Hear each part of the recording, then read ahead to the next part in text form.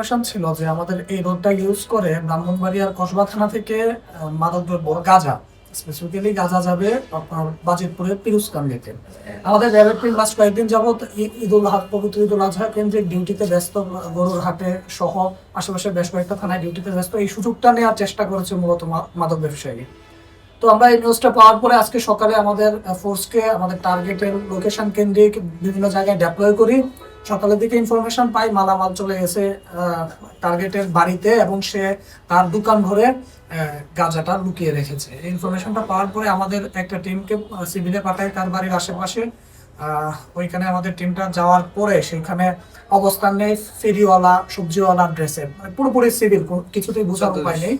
তারপর আমি নিজে যাই ছদ্মবেশে। যাওয়ার পরে যখন আমরা সম্পূর্ণরূপে অ্যাসিওর করতে পারি যে এটাই আমাদের টার্গেটের বাড়ি এবং বাড়ির পাশে যে একটা ছোট দোকান আছে এই দোকানটাই তার দোকান, তারপর আমাদের যে ড্রেস কোড অনুযায়ী যে টিম, সেই টিমকে আমরা নক করি। সেই টিম কাছাকাছি যায়। যাওয়ার পরে আমরা তার বাড়ি এবং দোকান দুইটা একই সাথে কর্ডন করে আমরা হিট দেই। হিট দেওয়ার পরে তাকে বাসাতেই পাই। তাকে বাসা থেকে পাওয়ার পরে তাকে জিজ্ঞাসাবাদ করি। সে মাদকাসক্ত অবস্থায় ছিল, সে ঠিক মতো ইনফরমেশন দিতে পারতেছিল না। কিন্তু আমাদের কাছে যেহেতু ইনফরমেশন আছে, তার দোকান ঘরটাতে মালামাল আছে, আমরা দোকান ঘরটা খুলি। খোলার পরে দেখি যে বিভিন্ন ধরনের লাকড়ি এবং গাছের পাতা লতার নিচে 5টা বস্তার ভিতরে গাঁজা ছিল।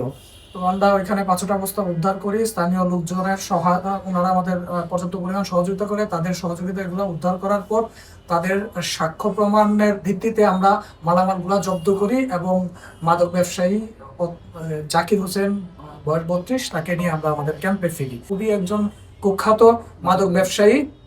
তো আমরা আমাদের ক্যাম্পে আসার পরে পরিমাপ করে দেখতে পাই যে মোট আমাদের 116 কেজি মাদক, এবং সে ড্রাগ এডিক্টেড যেহেতু তার পকেটে 6 পিসের মতো ইয়াবা পাওয়া যায়। সে আমাদেরকে জানায় যে এই ইয়াবা মূলত সে সেবন করে। আমি আপনাদেরকে এশিওর করি র্যাপিড অ্যাকশন ব্যাটালিয়নের ড্রাগের এগেইনস্টে জিরো টলারেন্স ক্যাম্পেইন চলমান আছে, চলমান শেষ মুহূর্ত পর্যন্ত থাকবে।